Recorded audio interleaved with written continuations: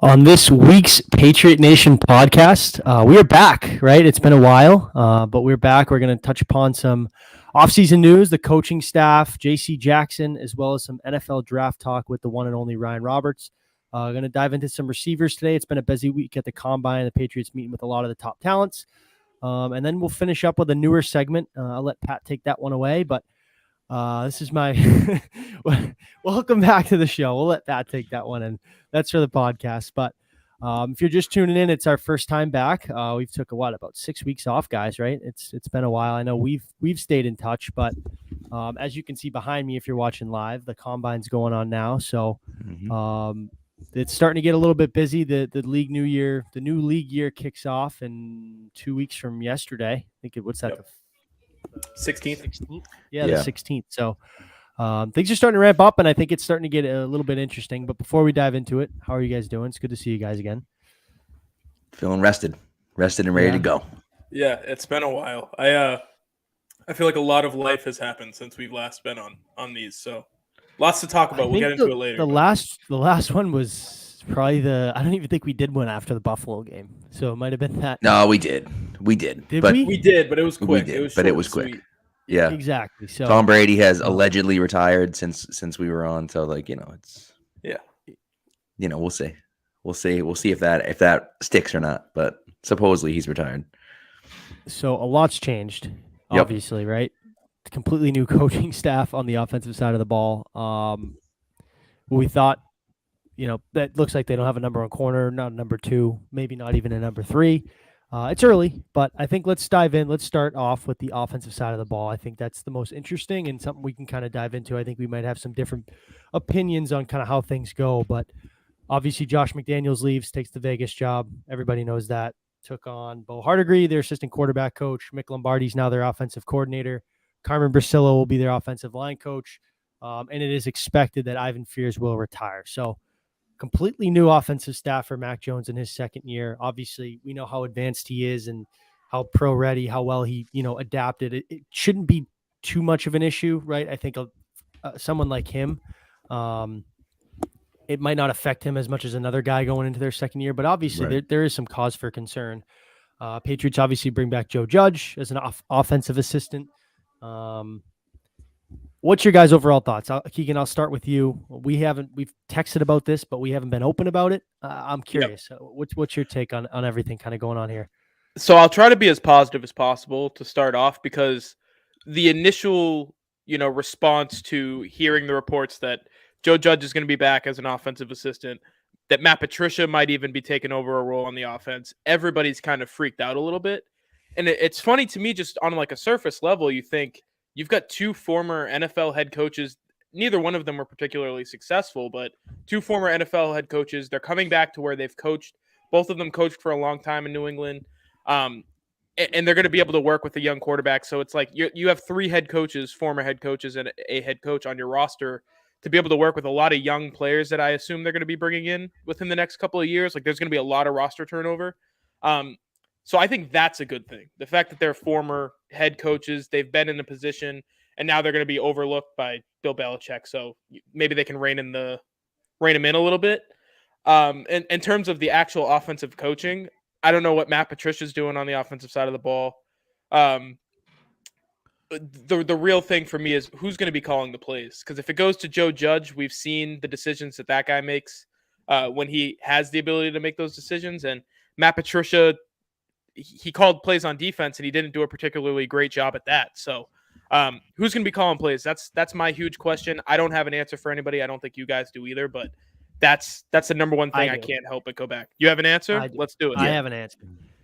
I think, and Pat, I'll let you go, but I think you have a point on this too. I think it's Nick Caley, and if you kind of look back at their coaching, changes, right? So Mick Lombardi goes to be an offensive coordinator under Josh McDaniels. I think, and we're obviously speculating here. If he was given an opportunity to take on that role here, is that really enough to poach him away from somewhere he's been in the system for, 5-6 years now, to go under Mac Jones, a rookie quarterback, or to go to Vegas, start a whole new career there under Derek Carr, who's only under contract for one more year? Or would he stay here and be an offensive coordinator? I think inside that building, there's always these up and coming coaches. I think people saw, hey, maybe there's not much room to grow here on the offensive side to a coordinator role because Nick Caley's that next guy, right? Everybody starts out as a positional coach. I think what helps Nick Caley is his ability to his past experience working with tight ends, right? Heavily involved in both the run game and the pass game. If I were to guess, I would think Judge you might see something like you're going on the defensive side of the ball with Belichick and Mayo. I think from a game plan perspective, Caley's probably their guy just because he's had his hands on so many parts of the offense for probably quite some time now, being the tight end coach, like I said, and his experience in both the run and pass game. So I think this guy's their next up and coming kind of, I don't want to call him a young guru coach because we don't know anything about him, but I think he has an opportunity here to really grow and shock some people, kind of bring maybe a more modernized approach to their offense. And bring a little bit more juice to it, assuming that they upgrade at the positions we need them to. Yeah, I think the writing's on the wall, right? Obviously, Mac Jones is the most important person on the team right now, right? His development and his play is going to kind of take the Patriots where they're going to go because you can't win without a great quarterback. So, or at least an above average quarterback, as we saw with the Rams this year. So you have to look at it and say, okay, him improving needs to be the number one thing. So does that mean that we want Joe Judge working with him? I don't know. Joe Judge was a college quarterback, but I don't know. Who knows? But I think Nick Caley is interesting. And Henry McKenna was talking about this on Tommy Karn's podcast, I think today. And he was saying, McDaniels has talked about how, and we all know the Belichick quote from 2019 with the thing with Saban where he doesn't like guys poaching his own guys. Well, Josh McDaniels didn't sound like that at all. Josh McDaniels sounded like, hey, I talked to Belichick. We're all good. We had discussions about it. And it sounded like he got the green light to take pretty much everyone he wanted away from Belichick. The one guy who didn't go was Nick Caley. And so you look at it and say, okay, Brasillo goes and, a few other guys went as well, but Nick Caley doesn't go. And so is that because Belichick said, hey, listen, you want to take Con with you? Go ahead. But Nick Caley staying because he's the guy that that we're kind of grooming for this position. And again, will he be the offensive coordinator this year? No, he won't be. He won't get that title this year. But similar to what happened with Flo when he came, yeah, he wasn't the defensive coordinator, but he was calling the plays. He was in charge of the offense. And I think you'll see Belichick, kind of step over into the offense a little bit maybe, and get his hands in there a little bit more than he typically does because, yes, we have some guys over there. And like you said, Keegan mentioned it where you have coaches, head coaches that are now on the offensive side of the football. And yes, they're primarily either special teams or offensive guy or defensive guys, but all these guys worked offense, right? These guys all studied offense. They're from the Patriots. The Patriots do everything. You can't do just one side of the ball. You do everything when you're on the Patriots. So they have experience with that. I'm not, look, would I have liked Bill O'Brien or even, Jesus Christ, maybe even Adam Gase because they have experience as a play caller? Sure. But if Bill Belichick looks at this coaching staff and says, hey, we have enough brain power here that I feel confident with the offense and the defense. I think there's a lot of good young coaches on the defense. And, offensively, if we're comfortable where we are, then I'm okay with it. And they'll figure it out. And if Caley is that guy that we kind of don't necessarily see coming and never heard of, and all of a sudden, boom, he's this great coach, great. I don't know if that's going to be the case, but at least give it a shot, right? I know there's been reports, too, that they're not officially done filling out their offensive staff, right? They typically do work slow, especially when you consider anybody that's kind of coming in has probably had some sort of experience here, whether it's Bill O'Brien or not, right? They're going to have some sort of relationship indirectly or like I said, worked for Bill somewhere along the lines here. But I think another interesting move too is, obviously he hasn't got the title yet, but I think Troy Brown working with receivers will be super important, right? I think he kind of helped out there a little bit last year. He was part running back coach, obviously gets his hands on the receivers and runs most of the drills, but that was Lombardi's title last year. And I think that comes back to them not being able to develop receivers, right? You haven't had somebody as a coach there play the position at an NFL level before. And with a strong class and then meeting with a lot of these guys, assuming that they're going to take one, hopefully early on in this draft, you want a guy who's been in there has played in the system and knows what he's doing, developing these receivers. Because I think that's what's kind of hurt them at that position over the last few years. They've had to go out and spend to get, proven talent to improve at that position when they haven't had much success drafting them. And even guys like Kendrick Bourne, who wasn't, let's call a spade. Like, he wasn't a superstar offseason signing. It was a guy that they were like, everybody thought they were throwing money at this guy because they needed something that you at least knew was an NFL receiver. He had the best year of his career under, working with Troy Brown and this staff. So maybe with new people making decisions in the front office, maybe, you can get a little bit better at developing those receivers. But you talked about it earlier, Spags, the fact that Caley did work with tight ends, which means he worked in the run game and the pass game. Mm-hmm. And with Ivan Fears going, who a bunch of reports came out after we kind of figured out that he was probably leaning towards retirement. He's been their run game coordinator for probably a decade at this point, and he's been doing all of their on the ground game plans. So that's another huge thing to where if I would rather have a passing game guy come in and be the offensive coordinator or a run game guy, you definitely want a guy who can take over, fill in the shoes for a guy who's been doing it for so long, like Fears. So I think it's important to kind of stress that Fears is maybe just as big of a departure as Josh McDaniels, because now you've got passing game and running game to kind of fill in. Right. Like you said, Nick Caley, who's worked with both, maybe he can kind of take half and half and then delegate the rest to somebody else. I want my guy Kev. I need Kev back. That's what we need. Shout out Vinny Sunseri, who's done a phenomenal job over 2 years Patriot. with the running backs. Yeah. They've had two of the better running back groups that they've had in a long time with him, helping out. So he's done a great job. Yeah, he's done well. And let's shift over to the defensive side of the ball, which obviously now dealing with players, J.C. Jackson, right? What's kind of going on with this situation? Franchise tag window ends the 8th, which is next Monday. They have till then to tag him. I know there's been reports out there that it doesn't look like they're going to, which means he's going to be an unrestricted free agent and most likely gone because they don't have the cap situation to be able to compete with, these players on the open market. Pat, I know you had an article come out today, which I'll let you get into in a minute, but I think everybody sort of agrees that, if you go back 3 years now, assuming, I know it's early, right? They can draft someone, they could potentially develop a cornerback one, go out and, get a guy on the cheap and kind of work something in. But if you go back 3 years now, they've really botched this position when you think back to Gilmore, right? I think for the last 10 years, really since they've had Aqib Talib here, they've always had a number one corner who can play press man and really take away one side of the field. So I think, Talib, right? You lose Talib, you go out and get Revis. You lose Revis, you had Butler. You lose Butler, you had Gilmore. And then, with Gilmore, you had Jackson to kind of fill in, right? So now they don't have that. Think back 3 years. They were both up on the same year.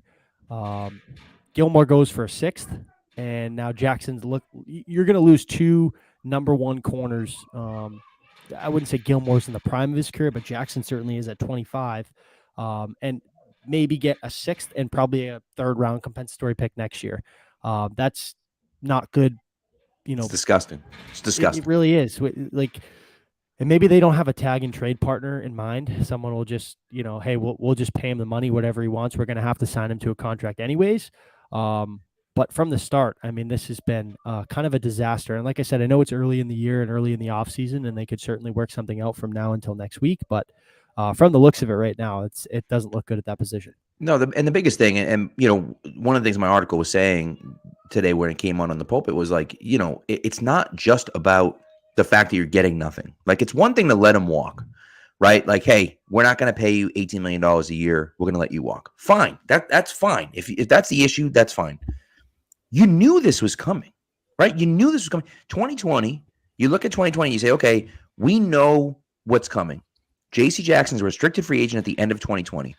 Stephon Gilmore wants more money in 2020. So what do? We give him money from 2021 for 2020. Well, then Gilmore's not going to play for $7.5 million, and you still don't do anything about it. You let him go all the way there, and then you say, oh, okay, oh, now he doesn't want to play? I guess we'll just trade him for nothing. They got nothing back. The Carolina Panthers, and I keep saying it until it happens, assuming the Carolina Panthers don't re-sign Stephon Gilmore, they are going to get more back for compensation than the Patriots did for trading him away, for letting him walk. That is inexcusable. I don't care whether Stephon Gilmore is 35 years old. He was Defensive Player of the Year 2 years ago. 2 years ago, he was Defensive Player of the Year, and you got a 6th-round pick in next year's draft for him. It's unbelievably horrible. And then to put Jackson on the RFA tag this year, that's fine. Got no problem with that. Maybe they thought someone was going to come in, was going to swoop in and give them an offer and give them a 2nd-round pick for him. And I think that I almost wonder if they were hoping that happened, and it didn't. But fine, he plays under that. They haven't made one legitimate offer towards him yet. I'm sure they've thrown him stuff, but they've lowballed him. They've lowballed him. And so now you take him to the carpet again. And yeah, we started playing well, but like you look at it and just say, man, like you fumbled it, man. You fumbled it. You got 2 of these great players and you're going to let them both walk and you're going to get nothing back in return. And it's just like, man, like how did you screw that up that badly that you're getting nothing back for both guys? You had to choose between 2 of them. So choose Gilmore and say, hey, look, we'll do Gilmore and then we'll redo his deal in 2021. Fine. And then we'll RFA Jackson and we'll trade him midseason or we'll trade him before the season happens. Like choose between one of them. Now you choose none of them and you're ending up with Jalen Mills as your number 1 corner. Now, listen, they could sign him to a long-term extension. They could even franchise tag him and let him play this year. But if they let him walk for nothing, it's just horrendous mismanagement by them. And not to forget about the fact you're not getting anything. Now you don't have anyone there either. So it's a disaster. So that's Pat's manifesto. I don't have a ton to add to that because you kind of said it all. What I will say is they have 2 chances to bail themselves out here. You can tag or extend JC and just have him return. That's still on the table. It doesn't look likely, but it could happen. Right. And then me and Spags have talked about it. This is a very deep cornerback class, I believe. I think there's an opportunity for them to go out and get a guy. He's not going to be J.C. Jackson in year 1. We all know that. But I think there's an opportunity for them to kind of make up not some of the production, but kind of fill that role. So I'll wait off just a little bit until. So Keegan, you're not wrong there. You're not wrong, right? And then maybe they draft a guy at 21. Maybe they even move up and get a guy. Somehow Stingley falls and they get him at 15 or something like that. Like maybe that happens. But even if that happens, you're still getting nothing back for J.C. Jackson. So you let Gilmore and Jackson walk and get nothing in return. And so it's like you can't have those assets and just, you don't ever use them. It's just like, it's foolish. The only pushback I have on that is like they've done it before. Right. And when it turns out to where they just get a player who's just as good and can take over that role, we don't talk about it. So it's not like a huge deal. The Darrelle Revis situation was a debacle after his 1 year in New England, but Malcolm Butler was just there waiting in the wings and took over. You know what I'm saying? So right. Revis was a 1-year deal. That was a we're going to win a championship this year, so we're going to sign him to a 1-year deal. But you know what I mean? You know what I'm talking about. I know what you mean. I know what you mean. If someone comes in and takes over the role, then no one's going to talk about it in 5 years. So I'll wait off a little bit. I love the passion though. I enjoyed that thoroughly. And yeah, I mean, it comes back to too, like Jalen Mills played out of position last year because they didn't have depth out there, right? Jameson Williams has shown he can't do it. And you bring up, maybe they go out and get a guy.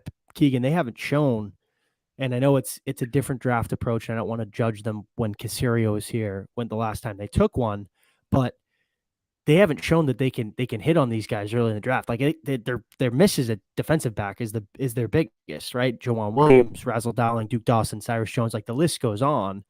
That's the toughest part. But since we brought up the draft, we're going to bring in our guest for the night, Ryan Roberts from Rise and Draft. Ryan, thanks so much for coming on.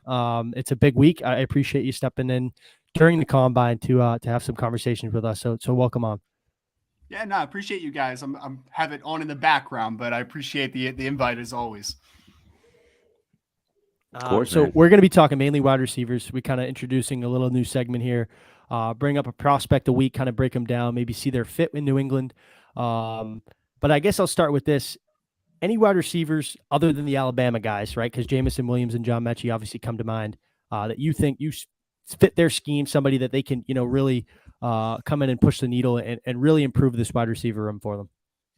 Yeah, no, I think there's a few guys, right? Like when I think of what I feel like is the strength of the Patriots now, it's obviously the quick passing game, in my opinion, with Mac Jones, right? Like he wants to get the ball out of his hand quick. So in that theory, I would prefer obviously players that have the yak ability, have guys that can create after the catch, kind of what we're seeing in San Francisco a little bit with the Debos of the world and kind of that brand. So I think a guy like Garrett Wilson from Ohio State is a guy that pops into my head very quickly. He's a guy that's incredibly explosive after the catch, but he's also a multi-level threat where I think that whether you want to line him up inside and out, I think he can kind of affect the game in so many different ways. Treylon Burks, even though he's not having the greatest testing day of all time, like he's got obviously a lot of yak ability after catch, super physical.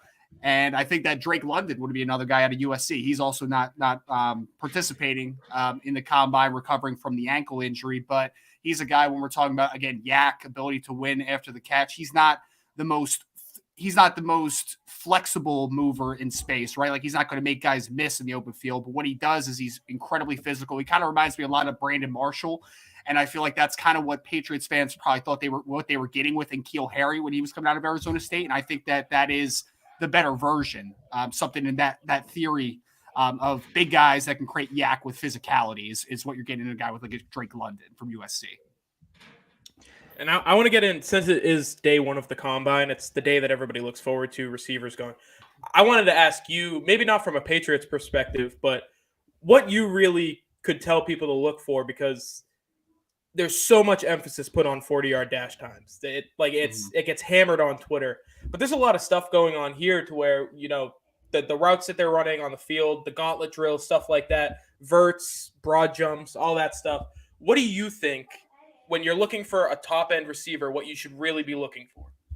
Yeah, well, I think the important part is that wide receivers win in much different ways, right? So if a guy, for instance, like a DK Metcalf's the guy that always comes to mind first, like why would you expect him to run a great 3-cone? Why would you expect his short shuttle to be great? Because he's a vertical playing wide receiver. He's going to win down the field with his size and his explosiveness. Like that's how he's going to win.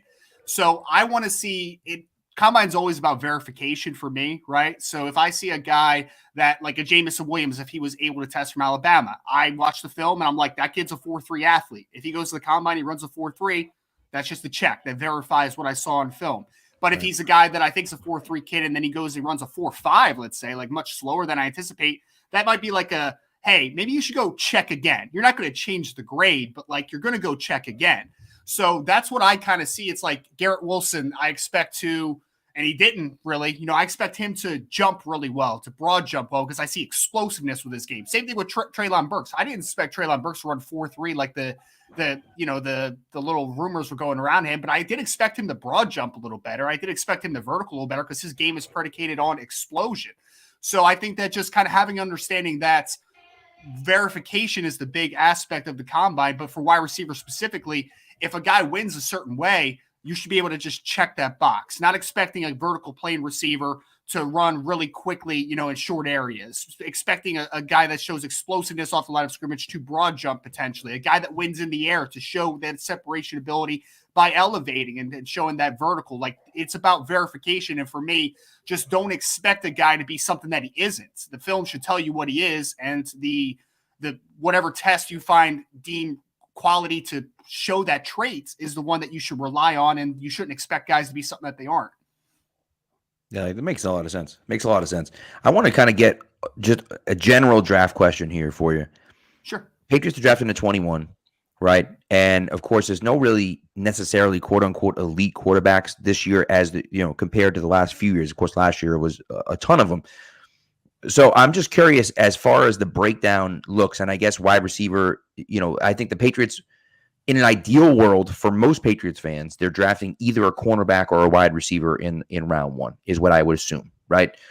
And so I guess my question to you is, how many of those guys do you think will be available at 21, right? Is Treylon Burks going to go in the top 21? It kind of seems like maybe Jameson Williams, maybe he doesn't play, but will he be? So like those are the types of things where, I don't, obviously you don't have a crystal ball, right? But just out of, what you think and what you see with the guys and how you've broken them down, how many of those guys you think will go in that top 21? Sure. Yeah, no, another great question. I think that first and foremost, you bring up a great point. It's like quarterbacks usually push guys back a little bit because you're always going to kind of reach for those good quarterbacks at the top. Obviously, with it being a lighter class, you worry that there might be specific runs that start a little earlier. But from wide receiver perspective, from the cornerback perspective, which I think if those are the needs for the Patriots this year, I think they're in a really good spot because both those classes not only have quality up top, but they also have a lot of depth. Like you can get guys in the second, third round even. I know you're specifically talking about 21, but you can get guys a little later even that I think can be guys that can come in and that can contribute. So I imagine cornerback wise, Derek Stingley will probably be off the board, even though he's not testing from LSU. I imagine that Ahmad Sauce Gardner probably is off the board. A guy like a Trent McDuffie might be off the board, but then I think that there's going to be guys like Andrew Booth Jr. who might slide a little bit because he's not testing. I think he's fantastic. If you ask me long-term who I think is the best cornerback in this class, I would say it's going to be Andrew Booth Jr. Like I love that kid out of Clemson. You have him. You have Kyler Gordon out of Washington, who could be a nice riser. I prefer maybe a little further back into the first round, maybe early second. But, I mean, to answer the question, though, like there's 5 guys, I think, at cornerback this year that I would be comfortable drafting at number 21. So I think there's going to be a run early on, offensive line, defensive line. Like, that's the sense that I get, right? Like it's a great edge class. And you always need offensive tackles. And you have guys like Evan Neal and Ike Mekwonu and all those dudes. So, like, those guys are going to go early. And then it's the NFL. So somebody's going to panic. So, like, Malik Willis is going to go somewhere earlier than people are. Like, everyone just keeps putting him in number 20 to Pittsburgh, which still works for you guys, even if that's the case. But I have a hard time thinking that the first quarterback is not going to be drafted until pick 20. Like, Washington's going to draft the quarterback, I think. I think that the Carolina Panthers could be in play for a quarterback at pick 8, even though they're, kind of dodging that question. So I think there's still going to be a couple quarterbacks drafted, which helps that board push back a little bit. But I think cornerback, you're going to be in a good spot. Wide receiver, it might be pick your flavor at that point, right? Because I think that there's going to be, like you said, I mean, Trey Lyon might be gone at that point, right? Garrett Wilson might be gone, but there's still going to be your Jameson Williams, who may have been a top 10 to 15 pick if he didn't get hurt. So that could be tremendous value and for that wide receiver room, I know you guys have Nelson Aguilar, who's kind of up and down. He's got some speed, but obviously you're working with Jacoby Myers, who's not much of a speed threat. You're working with Kendrick Bourne, who's not much of a speed threat. Adding that speed that Jameson Williams has is really interesting. So I think there's going to be guys, both a wide receiver and cornerback, that are worthy of that 21st overall selection, because I think that the depth there in both those classes, I think, is tremendous in this class. And we were talking about it just before he came on. J.C. Jackson, the whole situation there, obviously a lot can change in the next few days with the franchise tag, and maybe, a miracle happens and they actually win when he hits the open market, which they won't, because they can't, their cap situation, they can't win a bidding war. At 21, Patriots like these guys with length and people that can play press man. I know you mentioned a few of them. I guess ideally, who would be your fit, right? Because you have McDuffie, you have Andrew Booth Jr., maybe a Kyler Gordon, who's obviously a freak athlete. Schematically, from your perspective, who would be somebody that they may target there that might be there, right? Like in a great world, like Ahmad Sauce Gardner would fit awesome here. 6'2", 200 pounds, unbelievable in coverage, but I don't think there's a chance this guy goes, is there at 21, right? But then you have that, you talked about the depth with, like I said, Booth and McDuffie, guys like that may be able to come in and like Keegan said earlier, not going to be a J.C. Jackson year one, right? But if you can kind of put him into spots and maybe hide him a little bit, get some safety help, and really develop him into your next guy on a rookie contract with that 5th year, I guess who would be that guy for you? Andrew Booth Jr. would be my answer. I mean, if he's on the board, I think it's a slam dunk, because not only is he great in press coverage, like you kind of talked about a little bit, he has really good understanding of getting his hips aligned and his hands activating with his feet and just mirror ability. And he's got all the short area quickness that you would want at the line of scrimmage and the physicality. But also, I think that he gives you so much possibility, because he could play zone, he could play off man, he could play press, he can do so much of everything. Like, you don't have to make him just an exclusive press man corner. Like, you can ask him to do so much, whether he's working in the boundary, working to the field, playing left, right. Like, it doesn't matter with a guy like an Andrew Booth, in my opinion, from the upside. I think a interesting player would be maybe Trent McDuffie, because although I wouldn't classify him as the perfect press man corner, because he's just not the biggest guy in the world, he does, stylistically, to J.C. Jackson, is size-wise kind of makes some sense, some parallels. And I think that he has incredible zone awareness. And I think that he's click and close and off man is fantastic. So like, I think that fit makes sense. But if you're looking for a guy that I think can day one play press man in the NFL and play it effectively, I think that Andrew Booth brings that and more, right? And I think that he absolutely does. Kyler Gordon, I think, can go in that range because I think he's going to test like just a freak of nature. I don't know if he's the day one press man corner that you're going to want, though. Like, he's more of an off man, really incredible athlete type, like click and close, and then he can turn and run. Like, that's what I see with Kyler. Now, he's inexperienced, so can he be that? I mean, he's 6 foot with long arms, so, like, there's no reason to think that he can't be that guy that can play more at the line of scrimmage. I just don't know if the day one return is going to be great. So, Andrew Booth Jr., man, if he's on the board, run into the podium. That's an easy one for me. That's the perfect answer. It's the correct answer. Since it is the combine, we don't want to take up a ton of your time. I thought maybe if you guys wanted to do it as well, we could kind of just fire some prospects that we like at you and get your thoughts on them. I think that could be kind of fun. I like it. I'll start Cam Taylor-Britt. I don't know what it is about him. He's super physical. I love him. I think he's a great, like, if you want to pair a corner with a wide receiver in the draft, I think he's the perfect corner in like the middle rounds. What are your thoughts on him? Yeah, no, he's a fun guy because I feel like the NFL now more than ever is becoming a very matchup dictated league, right? And you see guys like Cooper Kupp that are moving, he'll play outside, he'll play inside, he'll play Z, he'll play X, he'll play all over the place. And I think that Cam Taylor-Britt gives you that physical profile, like you said, that I think he can follow a certain type of receiver. Now, he's not the biggest kid in the world, obviously. So I don't know if press man is going to be his cup of tea if you're projecting him as a pure outside corner. But I think that as a zone heavy scheme and is playing some off man as well, because I think that he's definitely fluid enough to do it.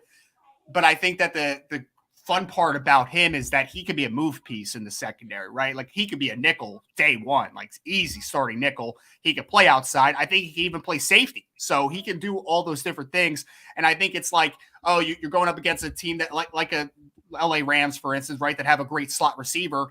Cam Taylor-Britt, I think, could be a little bit of a negator. Now, obviously, he's not going to shut down Cooper Kupp on a snap-to-snap basis, but like he can follow that guy no matter where he lines up, on the formation. So I really like him for the versatility he brings. And honestly, down the road, he may be a full-time safety, and he might be a damn good one, to be honest, because I think that he just has. I mean, there's not many more physical players in this draft, man. Like he'll get in your face, and he doesn't have the greatest length, so he's not going to be the greatest press man corner of all time just because there's some limitations, but like he'll get in your face in the run game. He is super physical. There's a lot to like with Cam Taylor-Britt. He just reminds me of a guy that is going to be one of those positionless players where who cares if you call him a corner, who cares if you call him a safety? All I know is he's a good player on the back ends. My draft crush on the defensive side of the ball, Christian Harris out of Alabama. Okay. We talked about the needs for the Patriots, wide receiver, corner, right? Linebacker, certainly. I think that's a position that they got exposed down the stretch. They need to get more athletic. And, all the praise to Dante Hightower, Kyle Van Noy, Jamie Collins. They won here, played a lot of meaningful football, but I just think their style and their age, it's kind of passing. The game's passing them. They're going to get killed by these teams that, pick them apart over the middle. Someone like Harris, I think, fits them. Size requirements, they like their bigger linebackers. He's 6'2", 235. We'll see what he weighs in. I'm not sure what he weighed in at this week, somewhere around that range. 3-year guy, versatile. I think could play a Mike position at the pro level, somebody that came from Alabama. They've had success drafting linebackers there. I think schematically, right in that 50 range where they have that second round pick would be ideal to get a player like that. But he could be a guy that could, a good week in Indy, jump him up, maybe even to the later part of the first round early on day 2. I just want to get your thoughts on him. Yeah, no, if he's there at 50, I think it's a really solid pick. If he goes any higher, I think that it's a little bit of a reach because I think that I think the parts are a little greater than the sum right now. Because I think that, I remember his freshman year, Dylan Moses was hurt, so he was forced to play a lot as a true freshman. And they were playing Auburn, and they ran just like a mesh concept. And it was what's his name? Anthony Schwartz that plays for the Browns now. That was like a 4.2 athlete. Like he was just silly fast. And he hawked him down, man, on this. It was just incredibly impressive athletic play by Harris. I actually saw, when I did a thread on him, I saw your clip and used it. Yeah. Man, when we're talking athleticism, the closing speed's insane. Like like you said, 6'2", 235, 240, somewhere in that ballpark. The kid can absolutely run. And I love the fit in Belichick, with Belichick specifically, because I think Right now, I don't love his eyes as far as run fits, but like he can run and he can work in pursuit so well, and he's got upside in coverage. I just feel like the development has not quite been to the degree that I would love. But when you're working with a Belichick, like Belichick's going to ask him to do what he does best. He is going to make him an attack style player. You're going to blitz a ton. You're going to get downhill, and you are just going to go. And departmentalizing what he does really well, I think, is really nice, especially if it's at pick 50, because the athleticism and upside is special. I just don't think he's all the way there, which you don't expect, obviously, for a guy that's coming out as a third-year junior anyway. Like, the upside is obviously still there. But when we're talking about just athletes on the second level, there's not much better than Christian Harris. That kid is, I mean, he legitimately could run in the 4.4s this week at that size. Like, he is a freak of nature.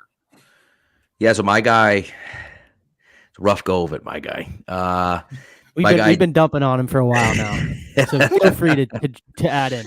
Marcus Jones is my my draft crush.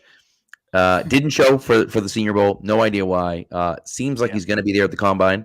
And he is an outrageous athlete. One of the best return men, certainly ever in college football now, maybe even ever. Right. So, and then I thought showed pretty good coverage skills and a willingness to tackle too from a guy that, that isn't super big. So just curious about your thoughts. And of course that could change when we see him at the Combine and he runs a 4.3 and is jumping has a 41-inch vert or something stupid like that. And I don't know if that's going to happen, but if that stuff happens, then that could change. And, of course, people are going to interview him and why didn't you go to the Senior Bowl and all that other stuff. So, but just your thoughts on him.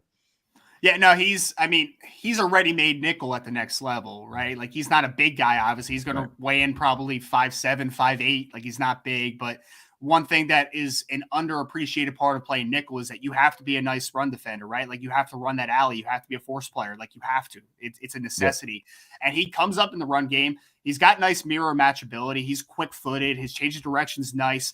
I thought the defensive back film was very much improved from where it was in 2020, because 2020 was fine to me. It was it was okay. 2021 I thought was good. It was good. And like you said, historically speaking, one of the best return men ever. Like, not just coming out this year, ever.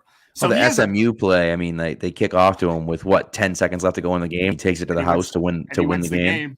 It's unbelievable.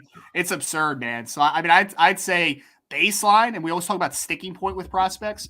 The kid is going to play in the NFL for a long time just based upon his impact on special teams. Like, there's no doubt in the world on that. But I also do think that he has starter level traits in the nickel because he's physical, and I think his short area quickness is great. Now, I don't know what his long speed is going to be. I'm a little curious about that one because I think that he's going to jump high. I think he's going to broad jump well, and I think his short area stuff is just going to be crazy ridiculous. I'm interested to see what his long speed is, because if his long speed is good, then you could sell me in certain systems, right? Like a heavy cover 2 system, for instance, of maybe he could play some outside corner. He's never going to do it all the time, but like he could potentially do it. But I think that baseline as a great return man with nickel starting upside, I think that Marcus Jones is one of the better nickels in this class. There you go. Ha! Vindicated. Didn't sell me yet there. Yeah, didn't sell me yet, but I like it. Ryan, just want to thank you again for coming on. Don't want to take up too much of your time with the Combine going on. I know it's a crazy time of year for you. We'll definitely have you on again before the draft. This was great. Love your content. Before you go, plug yourself. Let us know where everybody can find you and your great work at Rise and Draft. I appreciate it, man. Yeah, so it's Rise and Draft, RSE and Draft on Twitter. You can also go to riseanddraft.com. I try to keep it as simple as possible and check out, we have the database, we have the mock draft simulator, reports going up, daily content. So if you want to check that out, I also do a NFL draft show called Believe in NFL Draft Prospect Podcast. If you want to look up that on any podcast platform, or if you want to YouTube it, feel free, especially this week. We'll be trying to do a show almost every single day just for like some instant reactions and everything. So love it. Make sure to check that out. But fellas, I really appreciate this again, man. I look forward to being on again. This was a lot of fun. Yeah, no thanks problem. for Thanks, coming. Ryan. Appreciate it. Absolutely, fellas. Take care. See ya. All right. Ryan Roberts, Rise and Draft, great content. It is great. I got to follow when you brought him up to us saying that he was going to come on. I followed him and I was like, I don't know how I haven't found this guy, but like all great. his takes are on par with mine, so I love him. He's the best. I guess for the latter half of the show, we'll kind of introduce our newest segment. I think, Pat, we did a little bit of this a few years ago, but maybe not as organized. Yeah. Each week, going to kind of bring up a prospect, any position. This week, we did all go wide receiver because I think it's the sexiest position. It's the position we all want. Keegan, I'll let you start. Introduce your guy. I think anybody who knows Keegan knows who he's going right off the bat. So this moment right here, years in the making, and you It guys sure know it is literally years. Chris Olave, and we all know how much I love him, but I think this is a good platform for us to have like an honest conversation. Maybe you guys might be able to just drag me back down to earth a little bit, but he's going to run the 40 here in like 15, 20 minutes. And if it's anything under 4.4 or 4.44, I would say, which is Then where he's they project gone. him to run. and he's not going to be at 21. I'll sell my soul. I don't care where he goes. I just want him to get drafted high, and I want to watch him play football because I love him, Yeah. But I do want to have the conversation because I wrote an article last week, the draft profile series for Pat's Pulpit, about him, and I think he can be a number one receiver for Mac Jones. Like, I think he can be that guy.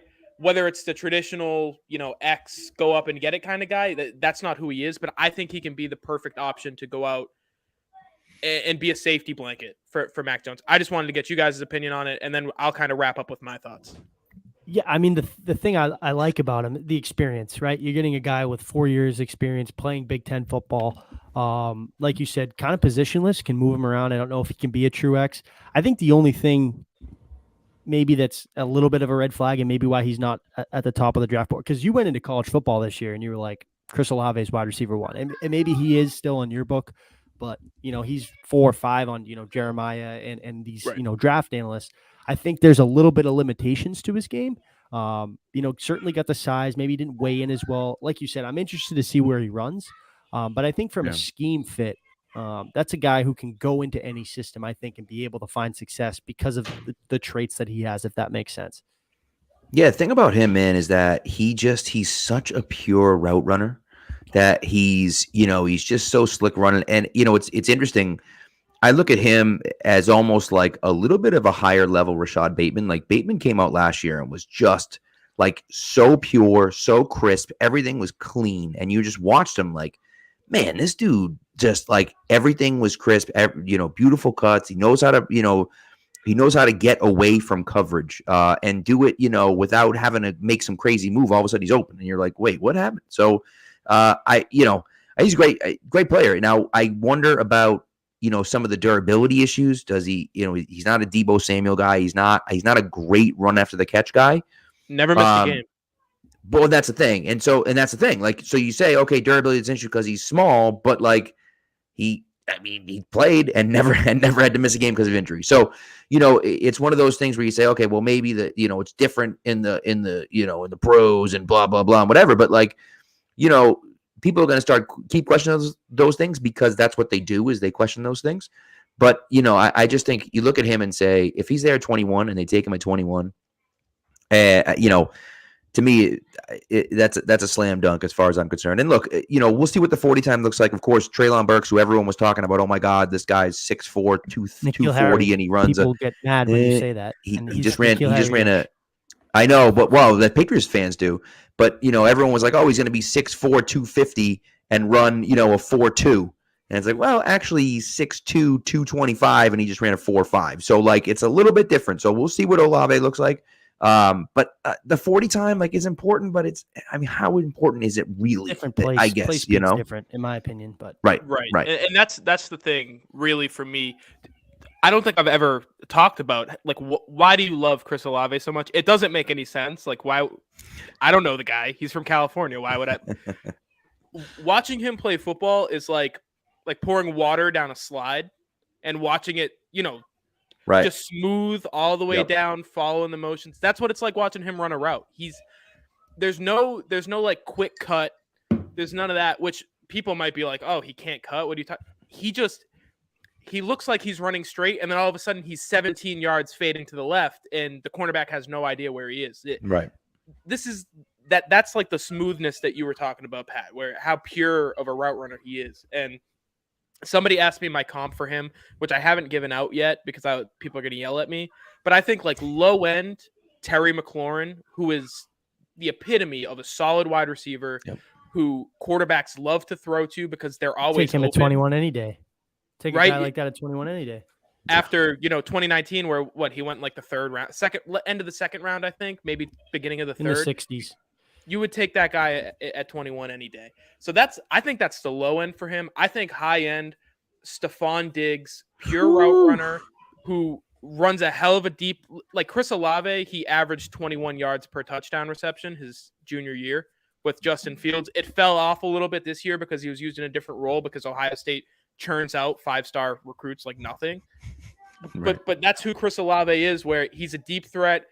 He can get open across the middle. He can be a safety blanket. I think he can do so many different things. And for a guy like Mac Jones, who his strengths are knowing where people are on the field, if you could build a rapport with a guy like Chris Olave, that's unstoppable to me. That's like an unstoppable duo.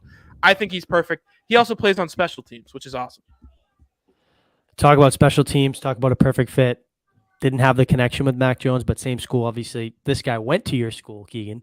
Jameson Williams. I can't believe we're having this talk. I think if he doesn't tear his ACL, he's probably a top 10 pick, which is insane to me because these guys come back so fast from these. And there was a report today that he's 3 months ahead of schedule and could potentially be ready for week 1. Now, that's another question for another day. I think, if you're investing that high of a pick, you're probably a little bit more concerned and take it slow with him. But like I said, I can't believe this is even in question at 21. When you saw this guy play at Alabama this year, you thought, if Jalen Waddle can go, 8th overall, 7th overall, this guy should probably fall in that same slot, especially with the quarterbacks falling down the board. This is a real possibility that this guy's here. It's insane that you watch this guy on tape, just fastest dude on the field, he's just running away from everybody. It's insane. I think this is something that, yes, he does fix the wide receiver room because you're lacking that guy, another versatile piece that can be a threat down the field. Went to Alabama.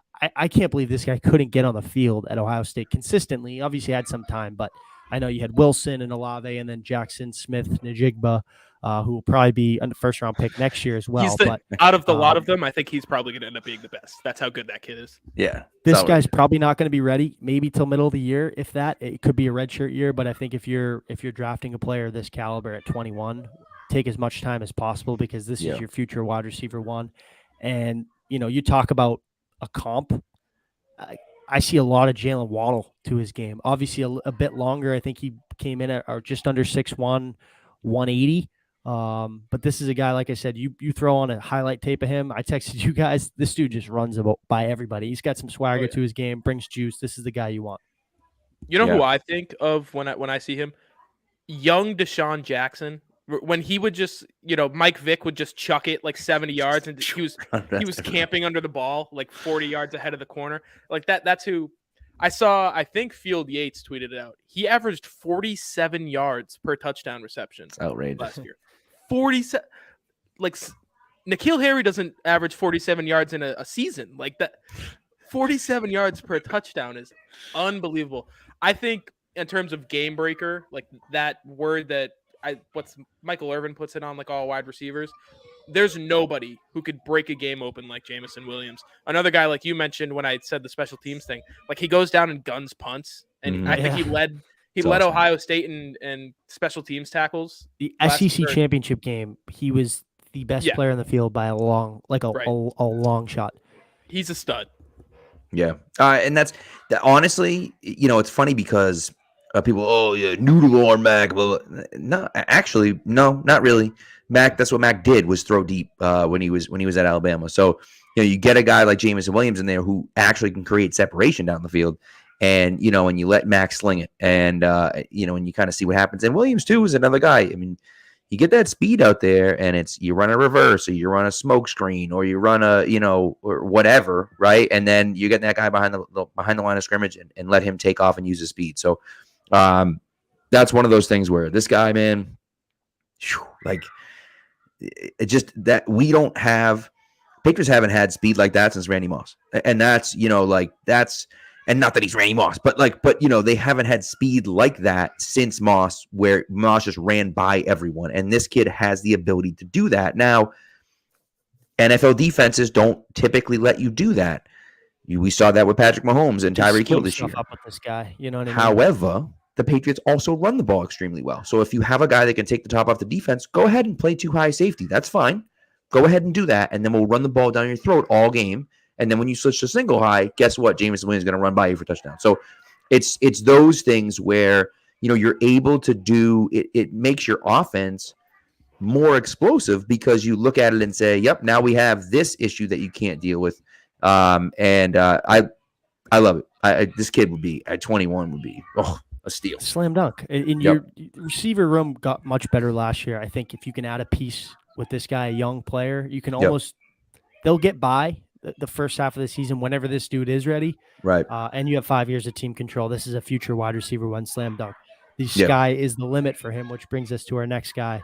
Pat, your look at that. Skyy Moore, who You like that? just ran a 4.39. So this That's dude, right, baby. Jeremiah said there's no way this guy gets out of the second round. And no shot.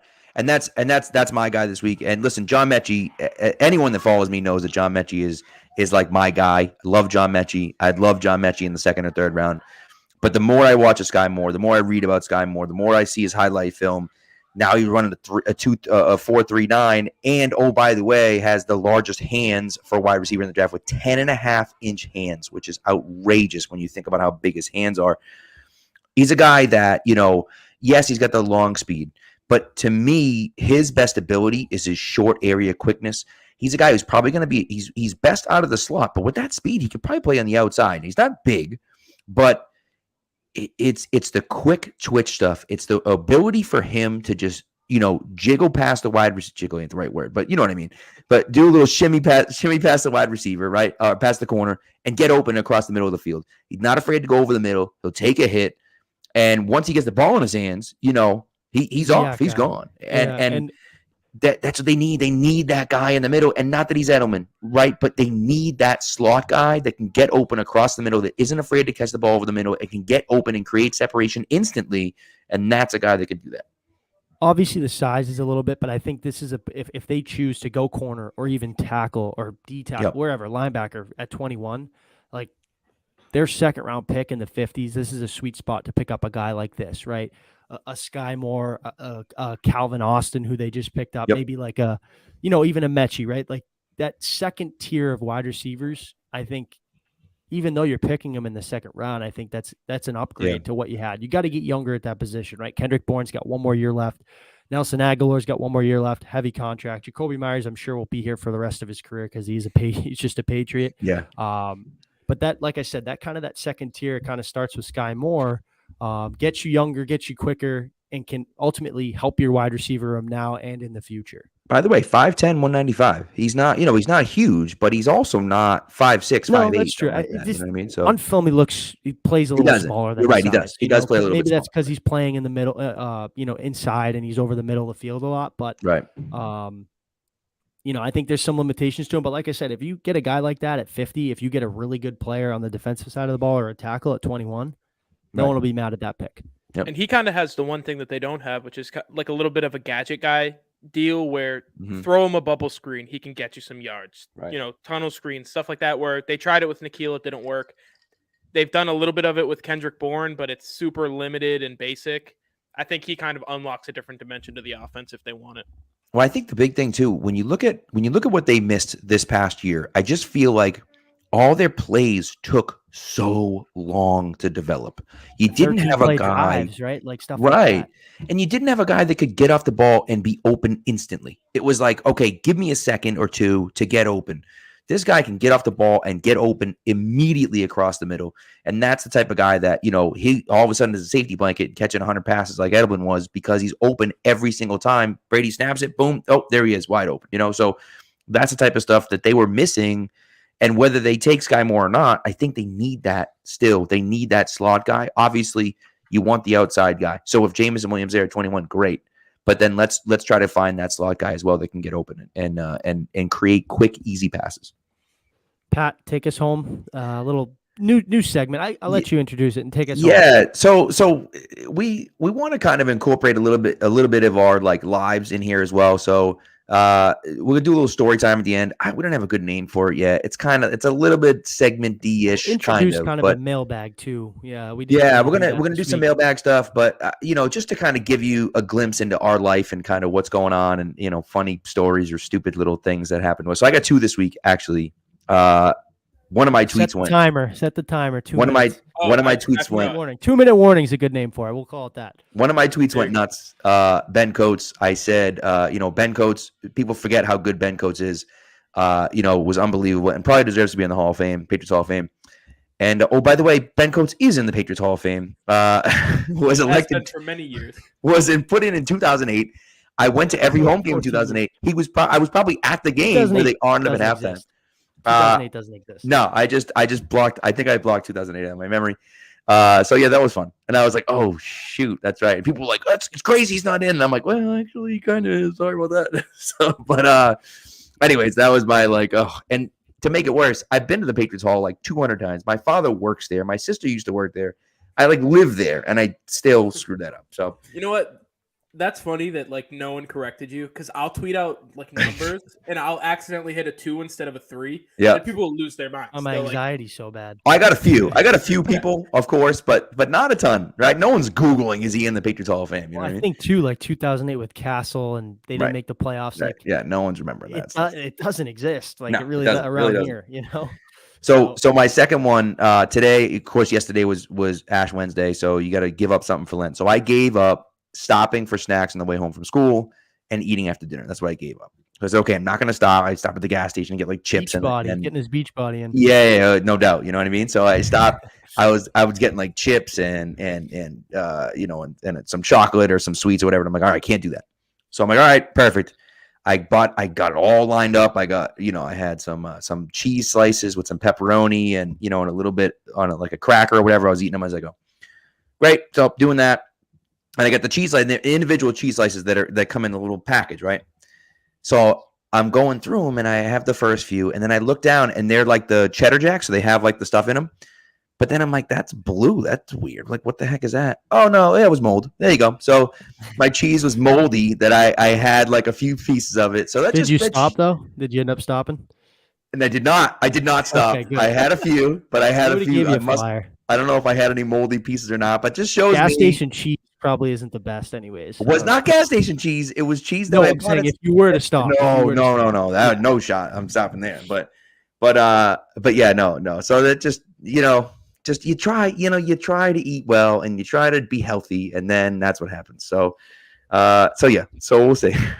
So I got to get some new cheese. That's tough. Did you give anything up, Specs?